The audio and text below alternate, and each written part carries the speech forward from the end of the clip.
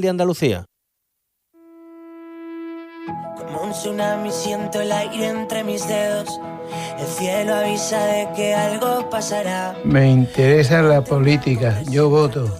Tomo mis propias decisiones. Déjame de llamarme niño o niña, soy una persona adulta. Me gusta viajar. Quiero entornos más accesibles. Vivo solo. Tengo pareja. Me gustaría sacarme el carnet de conducir. Tengo relaciones sexuales. Quiero un trabajo.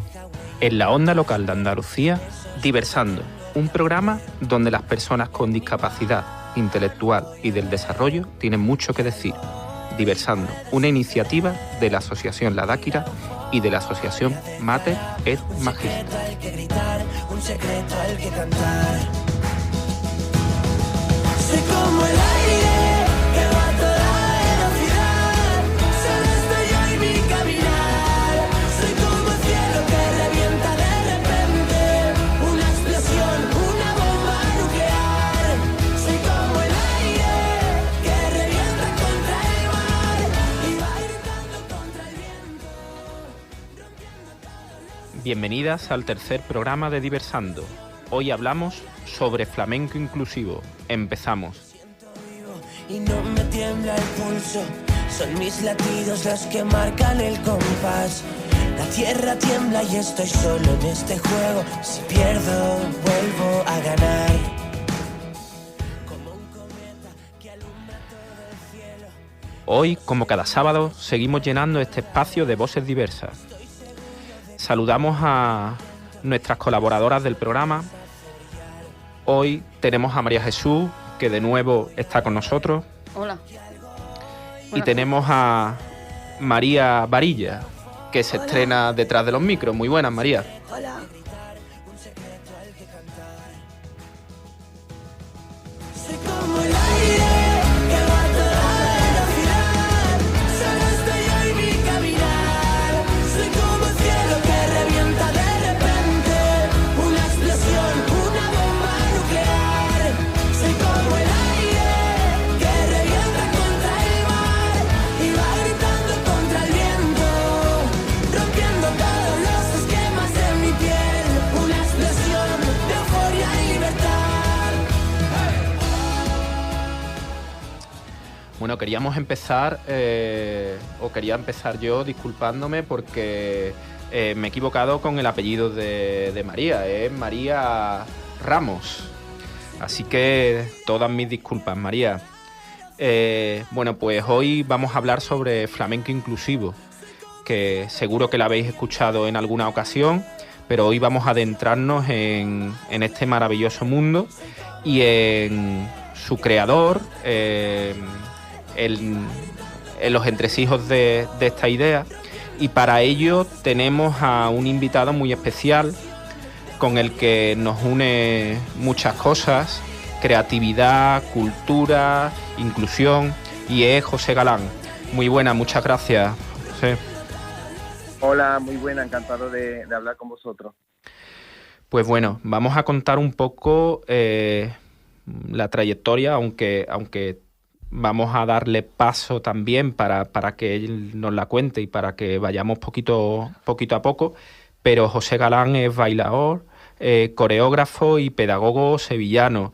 Este último punto muy importante para ver cómo se ha ido metiendo en el mundo inclusivo.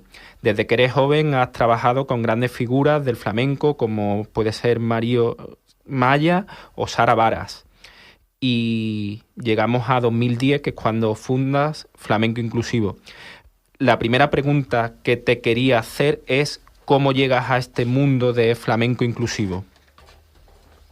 Eso es, pues aunque el proyecto nació en el 2010, pero la culpa, la responsabilidad lo tuvo los estudios universitarios. O sea, yo estaba estudiando pedagogía y bueno, antes de esto yo bailo desde pequeñito, ¿no? Me apunté a una academia como cualquier de mis hermanos, ¿no? De sevillanas y de tal, y el profesor le dijo a mi madre, oye, que a tu hijo se le da muy bien el baile. Entonces tuvo la suerte de que mi madre me apuntó al conservatorio y saqué la titulación oficial y tal.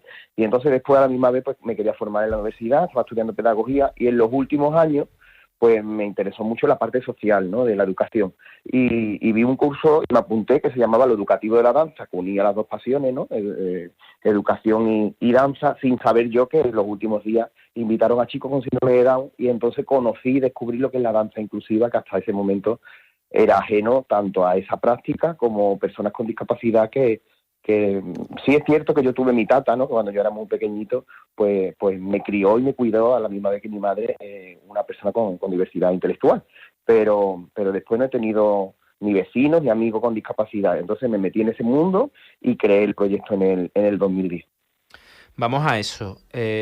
Bueno, ¿cómo surge esa idea? Ya sabemos de dónde viene todos esos primeros pasos con el mundo de la inclusión, pero ¿cómo surge el proyecto en sí? Surge en sí porque, ya te digo, sí hay en España y por supuesto en Europa, ¿no? Nació todo hace muchísimos años fuera de aquí, de España. La danza integrada o inclusiva con personas con diversidad funcional, con discapacidad, pero siempre estamos hablando de danza contemporánea, moderno, vamos, pero lo que es flamenco, pues nunca. Y entonces también seguí estudiando, no paro de estudiar, y entonces estudié un doctorado de flamenco y lo basé en la discapacidad, ¿no? Y me di cuenta que a lo largo de la historia del flamenco, que el flamenco es un reflejo de la sociedad, pues había cuerpos no normativos y grandes artistas dentro del flamenco, como una cantadora ciega, la Niña de la Puebla, como un bailador con discapacidad física en sus piernas, Enrique el Cojo. Entonces, o sea, que en realidad el flamenco inclusivo, desde que nació el flamenco, ya era inclusivo, ¿no? Lo que pasa es que es verdad que según la sociedad a veces va evolucionando y a veces vamos hacia arriba, hacia adelante y otra vez hacia atrás. Entonces, pues creo que es muy necesario y tuve la suerte de crear primero lo que es la compañía en el 2010. Estrené en la Bienal de Flamenco de Sevilla un espectáculo que se llamaba Cierra los ojos y mírame, con el que conté, éramos 7 artistas y la mayoría, 4 eran con diversidad, con discapacidad. Y no solamente en el baile, sino también la música, ¿no? Un cantador ciego y un percusionista también vidente. Así que a raíz de ahí, pues aprendiendo mucho y luchando por los derechos de las personas con discapacidad dentro de la cultura, ¿no?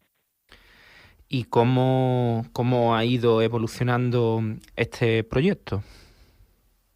El proyecto está vivo.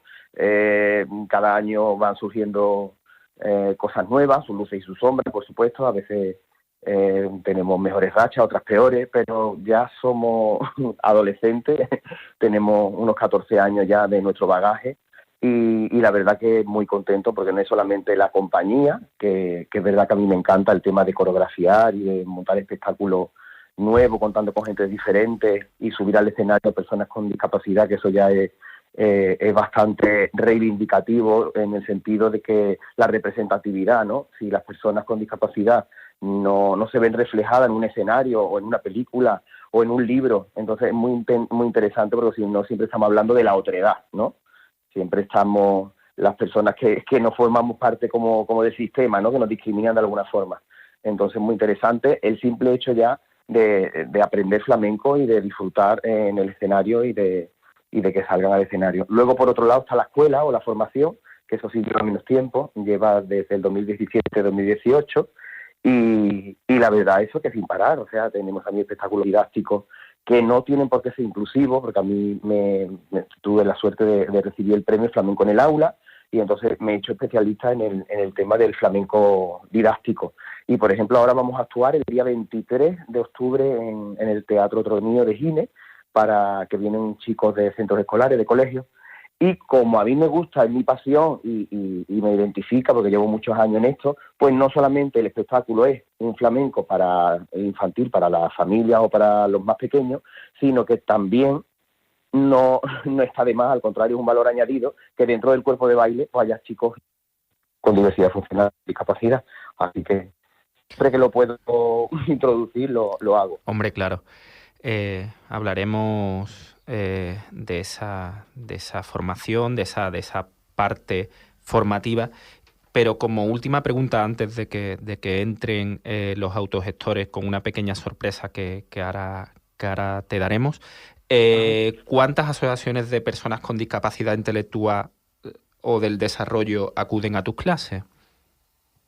Mi clase está abierta completamente a cualquiera que quiera venir. Entonces, hay personas que si vienen a lo mejor de alguna entidad, ¿no? Como de Autismo Sevilla, o de Down Sevilla, o de DACE, daño cerebral adquirido, pero en realidad a título personal, o sea, la familia que quiera venir se pone en contacto conmigo. La clase de flamenco es un día a la semana, 1 horita y media.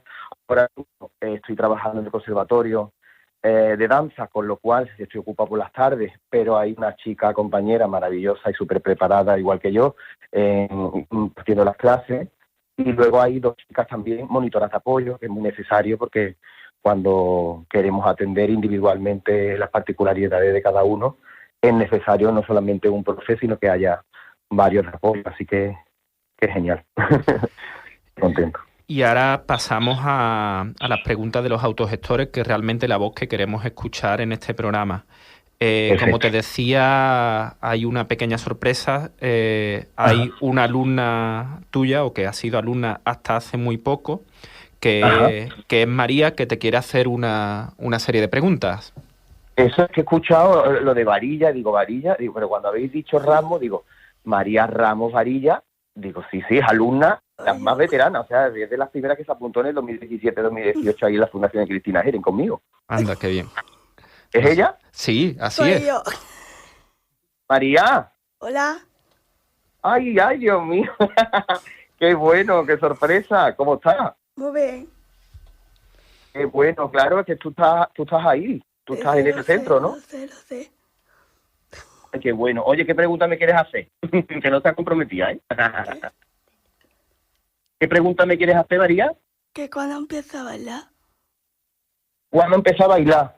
Sí. Pues la verdad que yo no me acuerdo, pero según mi madre, empecé a bailar siendo muy pequeñito, no sé si tenía yo entre 5 y 7 años, más o menos, 5, 6, 7 años. Y lo que sí recuerdo, que eso sí tengo incluso alguna foto, es que al poco tiempo de aprender a bailar, sobre todo empecé a bailar como lo primero que te enseñan, ¿no? Que es sevillana y también incluso algo de ballet. Pues me presenté a un concurso de sevillana en mi barrio, en Las Tremeñas, aquí en Cama, y gané el primer premio. Entonces tengo el trofeo de recuerdo y tengo una foto de recuerdo. Pero claro, era tan pequeño que no recuerdo mucho más. Así es como empecé a bailar en una academia. Y luego lo que es en el conservatorio, para dedicarme ya más profesionalmente, pues una titulación de 8 años, ¿no? Ahora son más años todavía. Pues ahí sí empecé con 9 añitos, en el 89. Y alguna pregunta más le querías hacer, ¿no, María? ¿Todo el mundo puede empezar a bailar?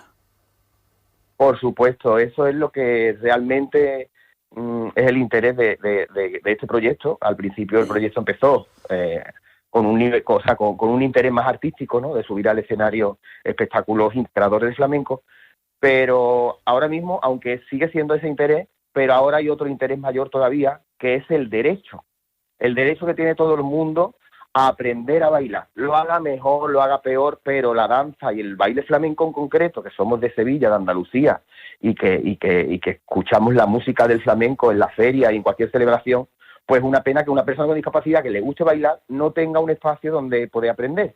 Entonces, gracias a la Asociación Flamenco Inclusivo José Galán, pues ahí puede acudir todo el mundo a aprender a bailar, a entender los palos del flamenco, que son muy diversos. Hay palos flamencos alegres, hay palos flamencos más tristes. Dependiendo de cómo se encuentre el día o nuestro estado de ánimo, podemos elegir un vestuario y un palo flamenco. Así que es muy diverso, el flamenco es muy diverso y acepta a todo el mundo, porque es un reflejo de las emociones, de los sentimientos. Lo más importante es la expresión flamenca, una forma de expresarte, de comunicarte.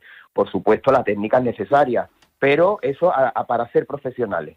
Pero a mí lo que más me interesa es que las personas disfruten, se lo pasen bien con el flamenco.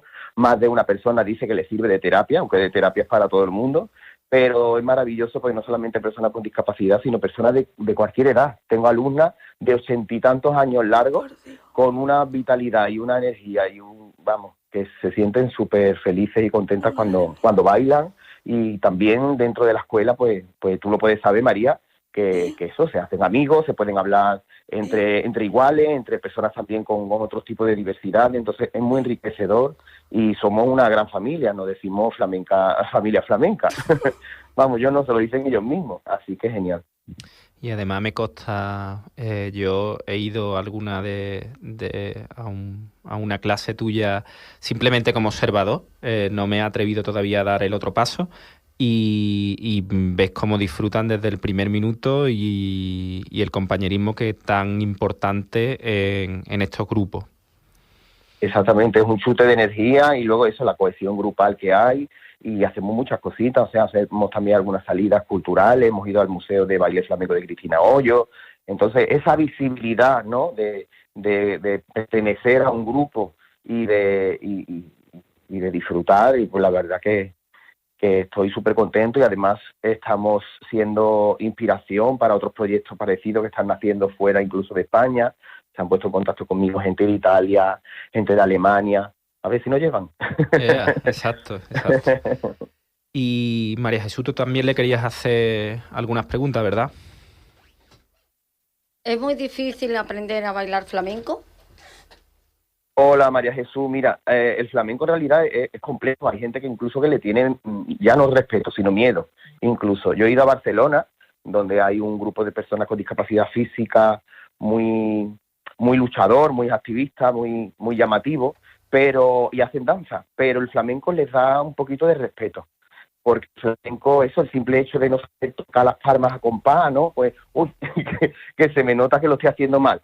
Entonces, lo primero es romper esa barrera, ¿no?, de no juzgarse y que lo importante es eso, es disfrutar y utilizarlo como herramienta de crecimiento personal. Ya después, pues para eso están los profesores y los maestros, ¿no?, para enseñarte poquito a poco, y a algunos se le puede dar mejor las palmas, a otros se le puede dar mejor el movimiento de las manos, otro el movimiento del zapateado, pero efectivamente lo que tú me has dicho es importante, porque es verdad que dependiendo de cada diversidad, pues hay una metodología diferente, ¿no? Un profesor no le puede enseñar lo mismo a una persona ciega que a una persona sorda, o no le puede decir a alguien que está en silla de ruedas, ponte a zapatear. Entonces tenemos que buscar una alternativa. ¿Cómo podría zapatear una persona en silla de ruedas? Pues podría hacer percusión con las palmas, con percusión corporal, tocar las castañuelas o los palillos. Entonces hay muchas formas diferentes de hacer una misma cosa, que de ahí viene la palabra diversidad funcional, que es hacer la misma función de forma diferente, ¿no? Una persona que es sorda, pues habla con las manos. Una persona que va en silla de ruedas se desplaza, en vez de caminar, pues se desplaza en silla. Pero lo interesante y lo importante de la inclusión es eso, es participar de forma activa y todos los podemos hacer. Para eso tiene que haber también un compromiso de todas las personas, no solamente de las personas sin discapacidad, sino también con discapacidad. O sea, tenemos que dejar al lado el egoísmo y colaborar y participar entre todos, ¿no? Y echar una mano. Y eso nos ha servido mucho también cuando la pandemia, que ahí nos acordamos de lo importante es las relaciones personales, ¿no? De ayudarnos los unos a los otros a la misma vez, que es muy importante, como vosotros llamáis, de autogestores, de ser autosuficientes. O sea, la persona tiene que tener el derecho a decidir, el derecho a sentir y a decir lo que le dé la gana. Me gusta esto, quiero esto, y ser autosuficiente, independiente de que no se lo hagan. Si puedes hacerlo, hazlo tú. Si necesitas una ayuda, pues la pides. Pero es muy importante esa autosuficiencia, independencia y crecimiento personal, ¿no? ¿Y qué tipo de discapacidad tienen las personas a las que enseñas a bailar?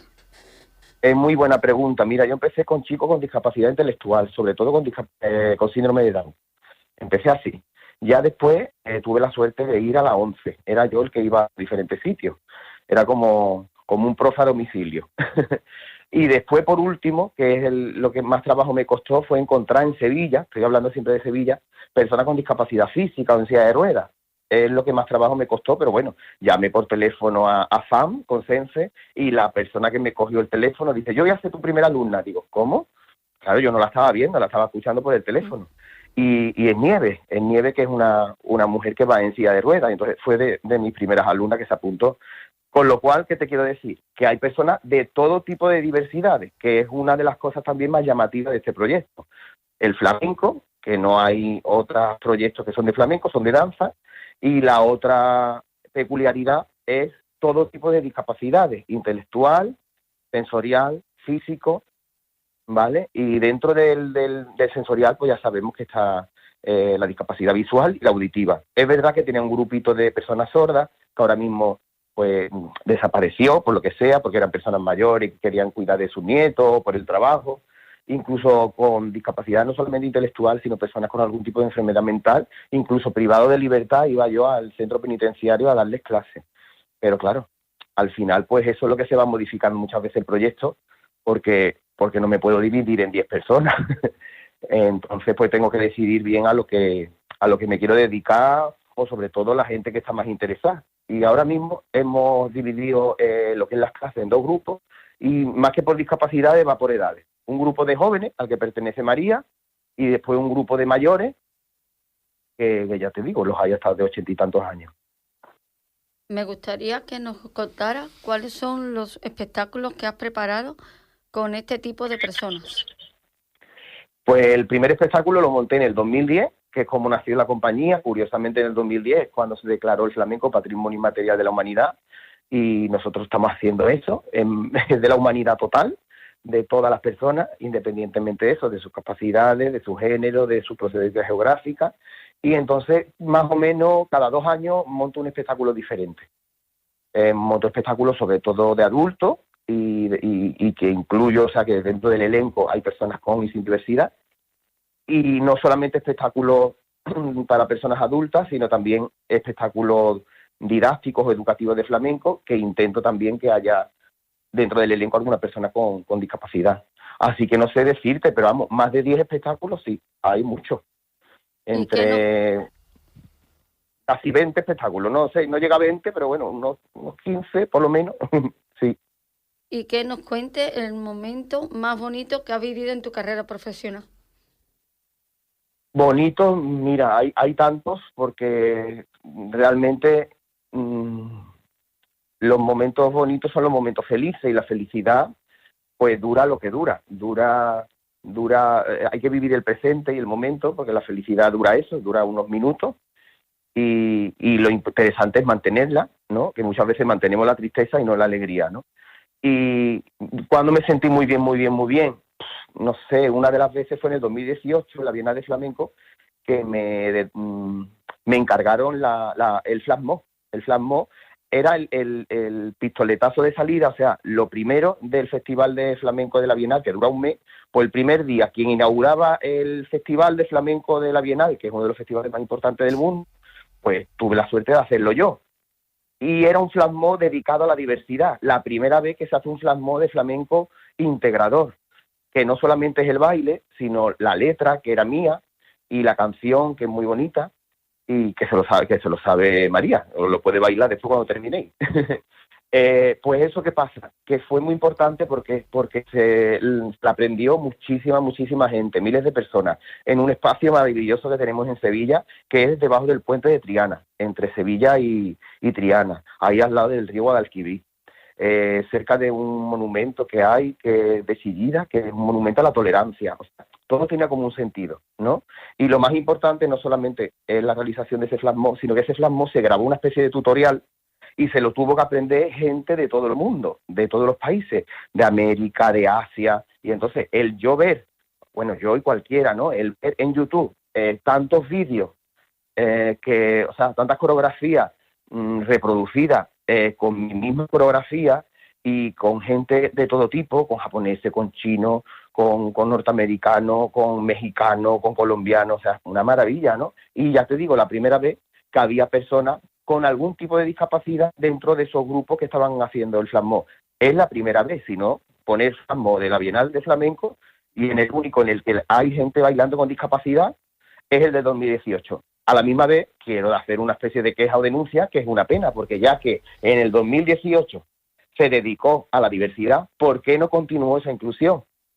¿Sabes? Es una pena que el flamenco inclusivo solamente lo haga José Galán. No. A partir del 2018, todos los flash mob deberían de haber sido inclusivos. Es lo que me hubiera gustado. Pero bueno, ahí estamos en la lucha poquito a poco. Muy bien. La verdad que esa reivindicación es importante, y que cada vez se siga haciendo. Una pena que separen estas cosas.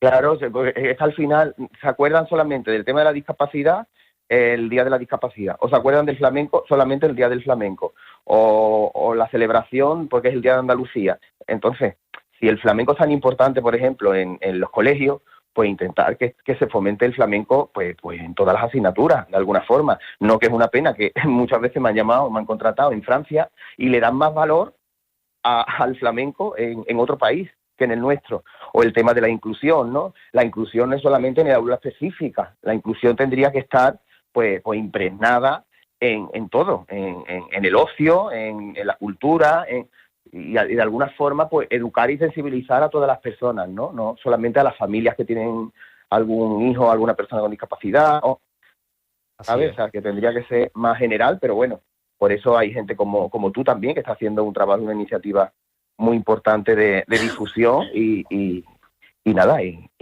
hay mucho por hacer, pero vamos, también se ha evolucionado mucho. Mucho por andar por y mucho andado. Exactamente, las dos cosas, sí. ¿Te gusta dar clase? ¿A cuántos grupos le das clase de flamenco? Ahora mismo de flamenco inclusivo le doy clase a 2 grupos, a los grupos de jóvenes y a los grupos de mayores. Y sí me gusta mucho dar clase. Incluso me gusta tanto dar clase como bailar, me gusta más con personas con diversidad que sin diversidad. Y no me digas por qué, porque no sé contestarte. Pero desde que empecé a bailar con alguna persona con discapacidad, sea intelectual o sea visual, o sea, como las veo también tan felices, genera tanta felicidad el bailar flamenco y el poder expresar las penas, las alegrías, la rabia, los enfados. Es que el cuerpo habla, ¿vale? Entonces, expresarse a través del cuerpo, pues no hay palabras para expresar. Hay gente que dice, bailo porque no lo puedo decir con las palabras, por eso lo bailo.